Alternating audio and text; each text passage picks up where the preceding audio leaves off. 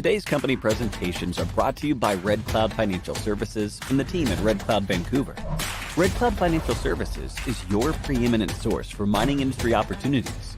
The team provides a unique tailored marketing program dedicated to reaching the right people from its mining-focused global network, giving clients access to industry-leading events and conferences, retail and institutional marketing, plus an in-house growth-driven digital agency. Red Cloud Financial Services has access to some of the mining industry's most notable companies and CEOs. Tune in every Thursday at 4:15 p.m. Eastern, 1:15 p.m. Pacific for weekly corporate presentations.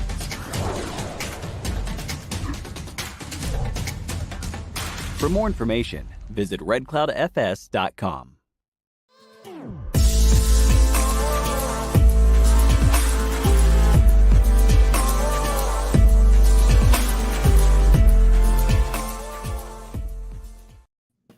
Good morning, everyone.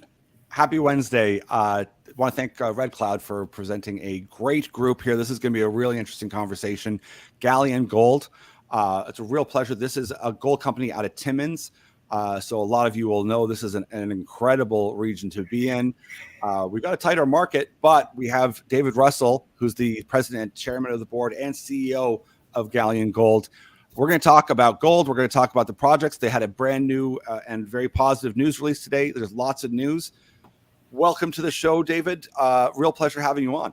Thank you, Andrew. It's a pleasure to be here.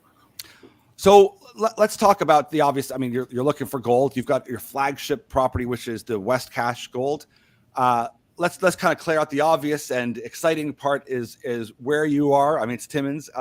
We can talk about like the infrastructure, some of your neighbors, and some of the highlight macro kind of looks of what you've got going on, and we'll dig a little bit deeper into the company itself. Well, very good, Andrew. I'm ready to go. We do have an exciting project, and it's called West Cache, and we're in elephant country. I love it. Yes, certainly are. So tell and let's just mention right off the gallop here, I guess, is this news release today, because I mean, you've hit on another area, and we'll talk about the other areas as well. But this south area at the West Cache Gold project, walk us through what the significance of that is, and then maybe tie it together with some of the past data that you've put out. Okay, very good, Andrew. Number one is we're on our third drilling campaign. We're heading toward 50,000 meters of drilling of ours, but that's on top of the first 350,000 meters. So what we've done is we've infilled on a previous database. We've done a PEA study and that sort of thing. But why we were drilling infill before we hit the number 9 structure, that was key because it was a little bit different. It was a sediment hosted unit. But we also kept those holes going a little bit further out. And sure enough, we hit something out there, but we didn't know what it was on the last program. So what we did is said, okay, let's go back to that and let's drill what's called now the South Zone. So we have number 1 through 8. We have the sediment hosted number 9, and then we have the South Zone. We don't know what to call it yet, whether it's 10, 11, or 12. But we've actually got 4 structures in the wall, but one of them is big.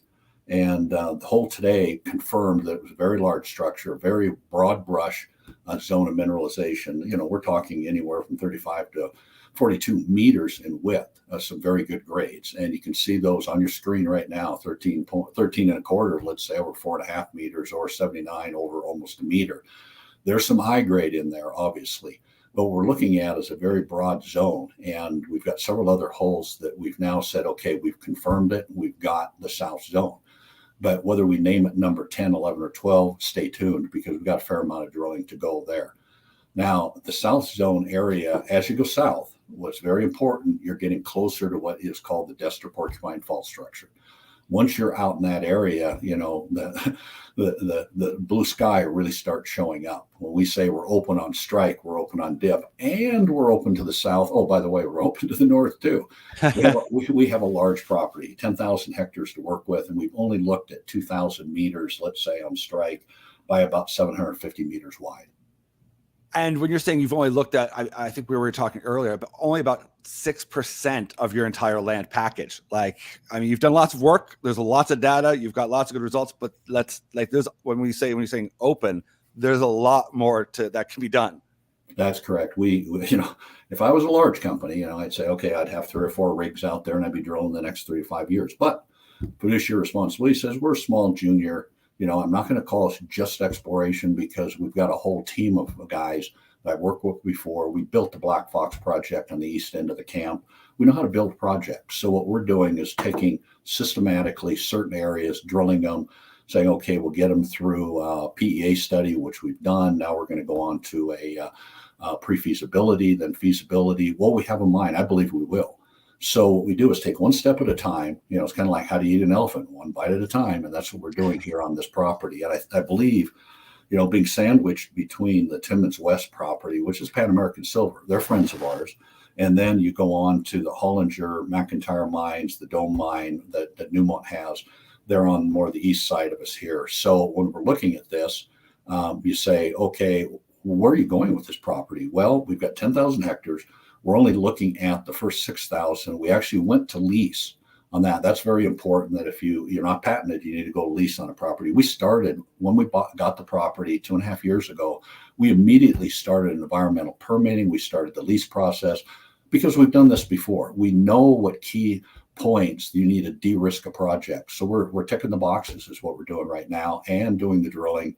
Put new ounces on the books are very important. The investors want to see how many ounces do you really have? Well, we got to 1.56 million, of which 940,000 went into the PEA study, but we still have the whole global area to look at. Yeah, it was interesting. You're saying too, like someone at college said, well, what happened to that 1.4? It's still there, but you're still like, I think it's prudent being a bit more conservative as well as you're growing out the size, especially whenever the indication is that you're expanding very nicely along with the project. And who better to know this area, this region, than yourself? And you touched on a little bit with Black Fox. Just tell me a little bit, like from yourself as well as Timothy Smith, who's the management of the company as well. Why you guys particularly would know what's going on in this area? Okay, I use geologists that have worked in Canada, the U.S. that are very, very good and very seasoned. And we've got one lady, Leah Page, just a shining star. She's worked in the camp for many, many years, probably 20 years, and went to school up in Canada. And then we've got Nate Tewald. Nate Tewald is one of your gurus of structural geology and gold. He does nothing but dream gold.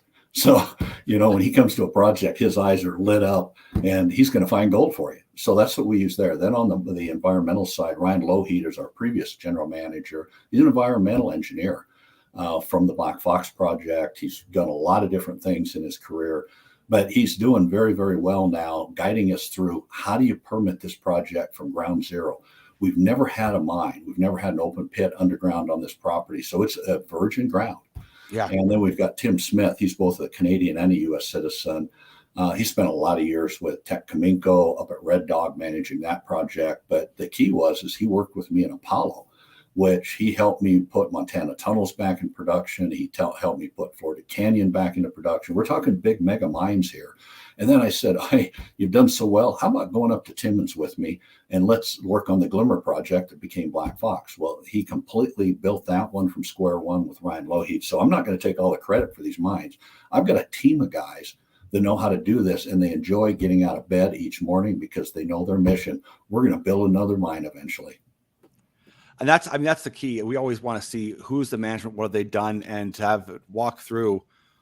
Like say even for yourself, I think it was from 2002 to 2010 with the Stock Mine and Mill, you did an 85,000 ounce per year producer with Black Fox.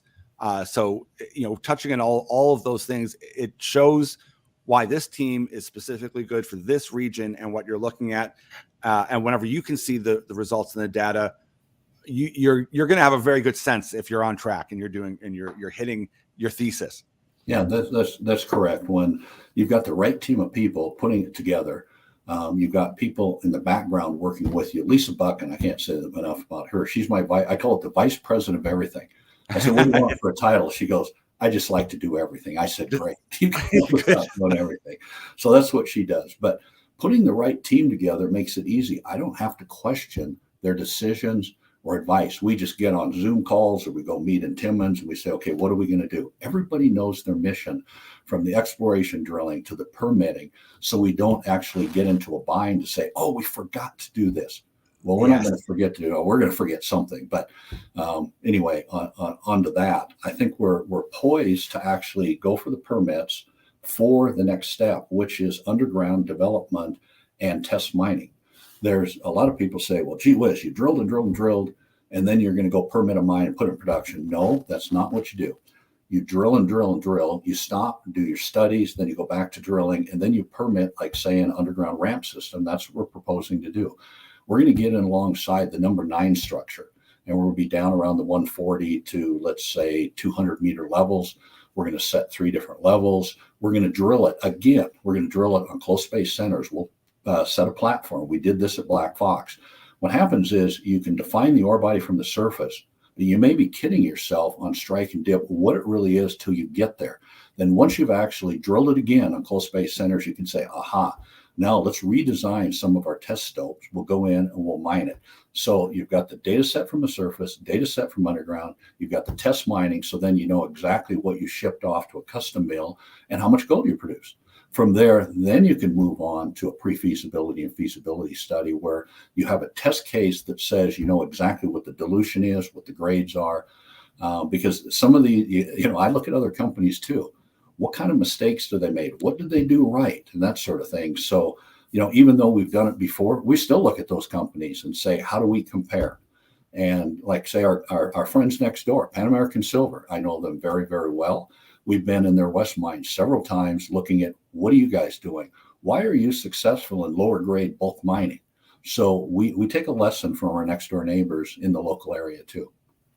I think that's so important too, because not only are you keeping a dialogue with especially like producing companies and big name companies next door, which is always handy. And I'm sure investors kind of look and they think, okay, wait a second, that there's a possibility if this keeps on growing that's maybe someone to entertain.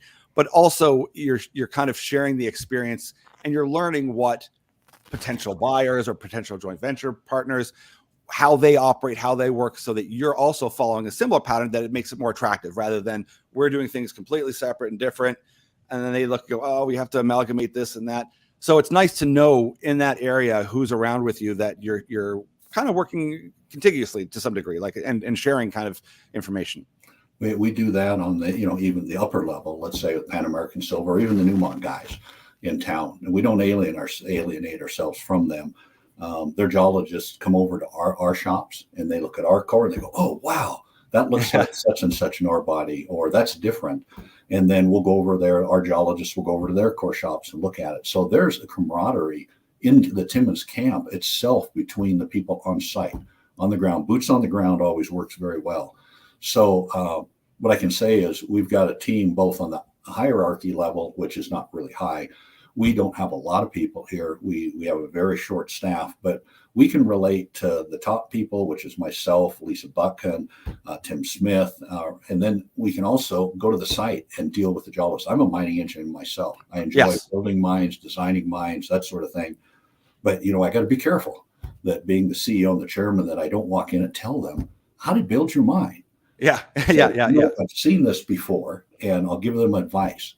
And then they'll explain to me what they'd like to do. If it sounds reasonable, even if they're taking a little bit different approach, if the end result where they're going with it is going to be the same, not going to be much more cost or less cost, I'm willing to listen to all of it. So I've got a good team of people to work with here on this project. I think also with that team, I always find it interesting. You have to look at the management and get a sense as to, oh, okay, I see. I'm going to make an assumption here because of the team you have. You've got mining engineers, mining managers, people who've ran mines, structural engineers, mine makers. You guys have a lot of options as far as a board in management, that if you continue growing, sure, you could entertain a joint venture. Yes, you could entertain a buyout or anything, but you can make a mine. And that is a little different than a lot of juniors out there who just say, hey, listen, we're a project generator model. We just explore, whatever the model happens to be. You guys have an extra added, card up your sleeve saying, no, if we want to, we can move ahead with this. We know how to. That's correct. There's when you're starting out, you have to be fiduciary responsible with your money. And what we do, we don't go over raise, but we don't try to run ourselves into a wall either. Say, hey, we're out of money. We try to actually balance the equation. And in doing that, we say, okay, well, we build it. I guess the term is they will come.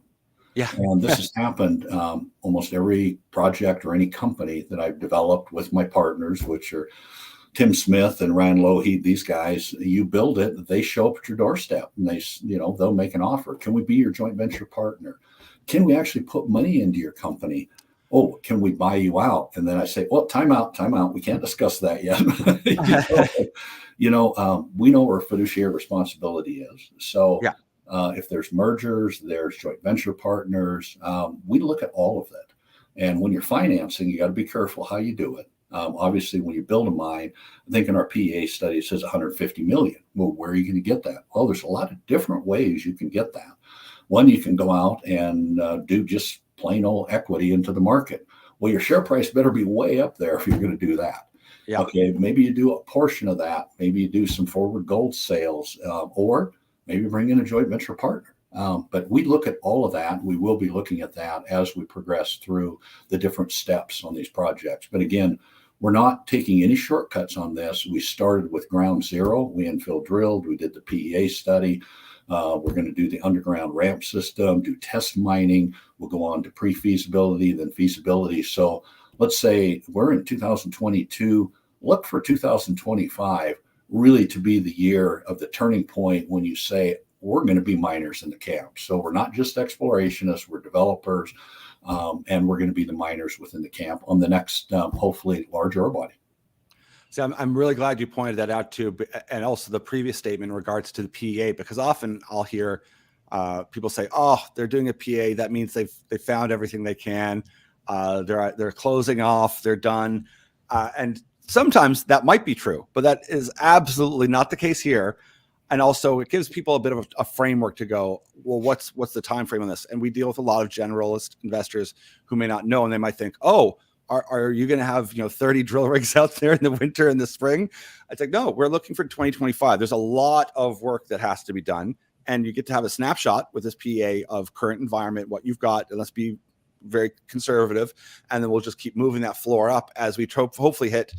I'm imagining somewhere around the 2 to 4 million ounces. I mean, that's kind of I guess would be a great metric to reach if you could hit that.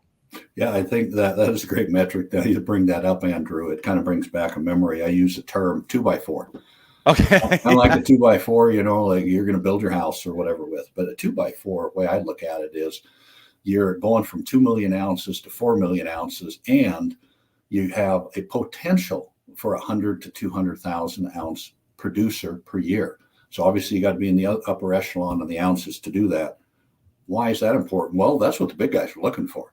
They're looking for longevity. They're not looking for a mine that has 100,000 ounces and you can produce 10 or 20,000 ounces that year. They're not looking for that.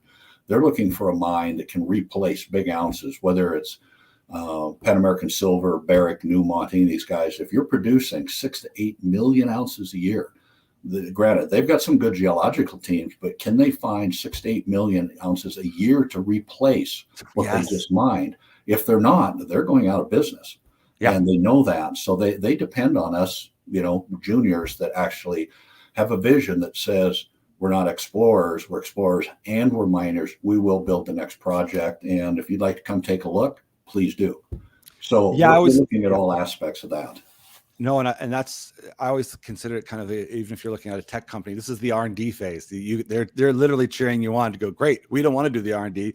You guys go out, you go find it, you prove it up, and then we'll come talk to you. So I'm sure the conversations with your neighbors is like, how you do it. That's great news release. Let's, what's next? So I'm sure that's happening. Yeah, what happens, is kind of interesting is when we finally had a PDAC where we can come to Toronto, we can see each other and point, and then I get the notes from the other companies to say, hey, you got time for a cup of coffee? So sure. So we'd have a coffee or whatever, and they go, God, you're doing great on there. Where do you think it's going? Well, what I tell them is right now we're just due to PEA, it's just underground. So we went from 1.56 million ounces in the PEA to 940. What happened to the rest of the ounces? They're still sitting there. We're not ready to put those into a PEA study or pre-feas because those are what's called open pit ounces. Those ounces will become economic when we do all the homework.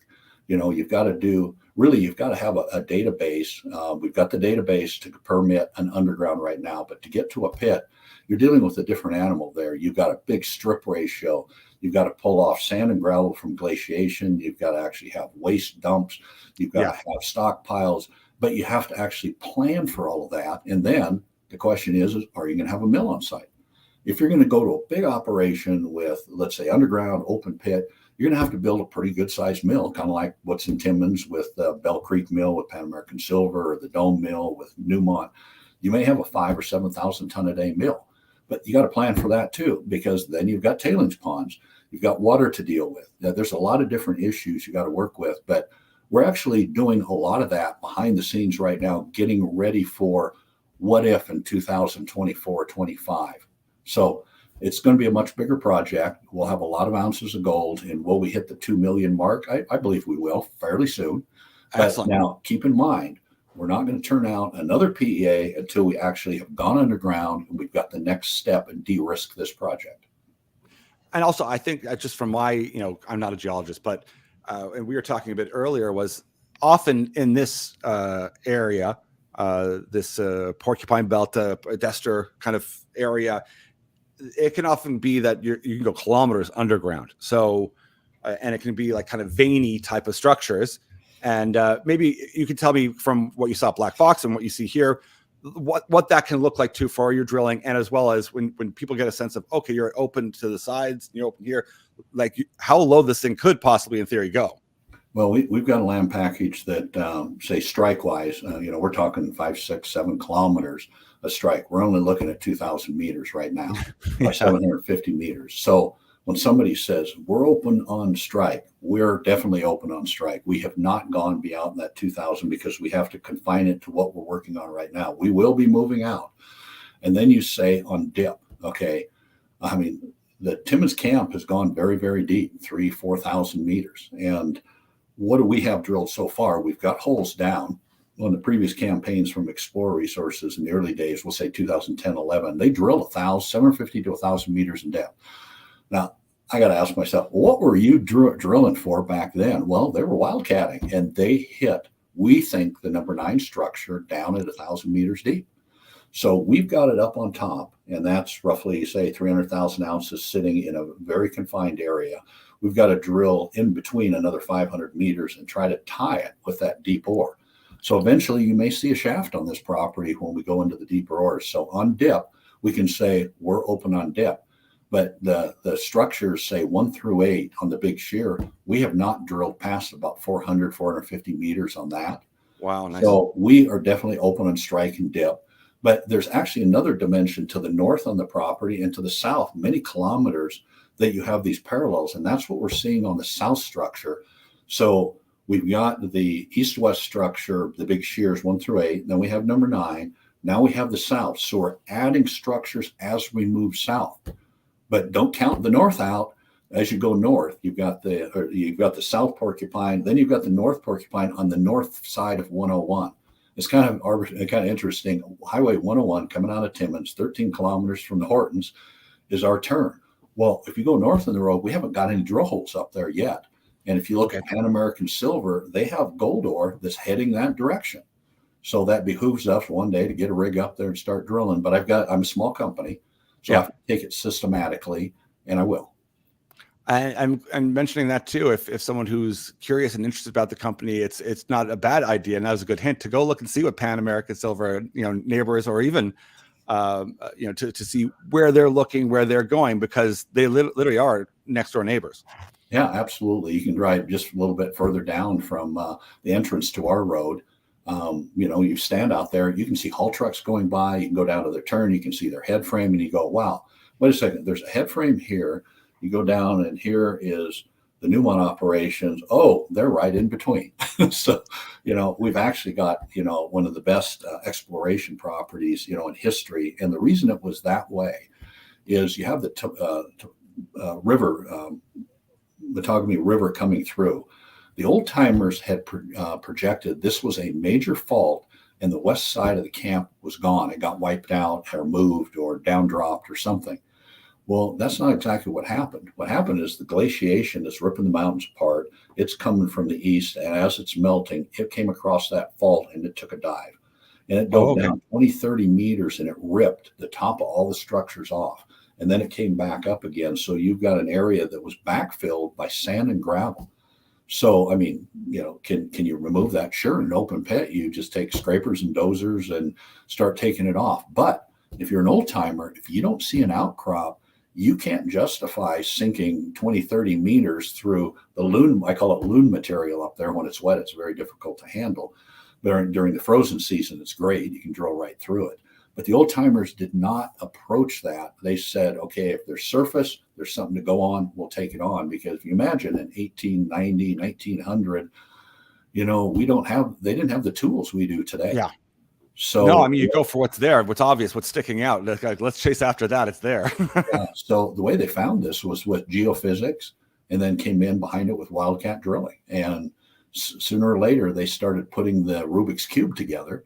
And so it's been different phases. And from where we took the 2010 program, fast forward in 2020 and 21, we just built on their database and said, thank you, you did great. Here's what we're going to do next. So we've just infilled along their work. Now we're moving out, like say, to the South Zone, and we're having great success.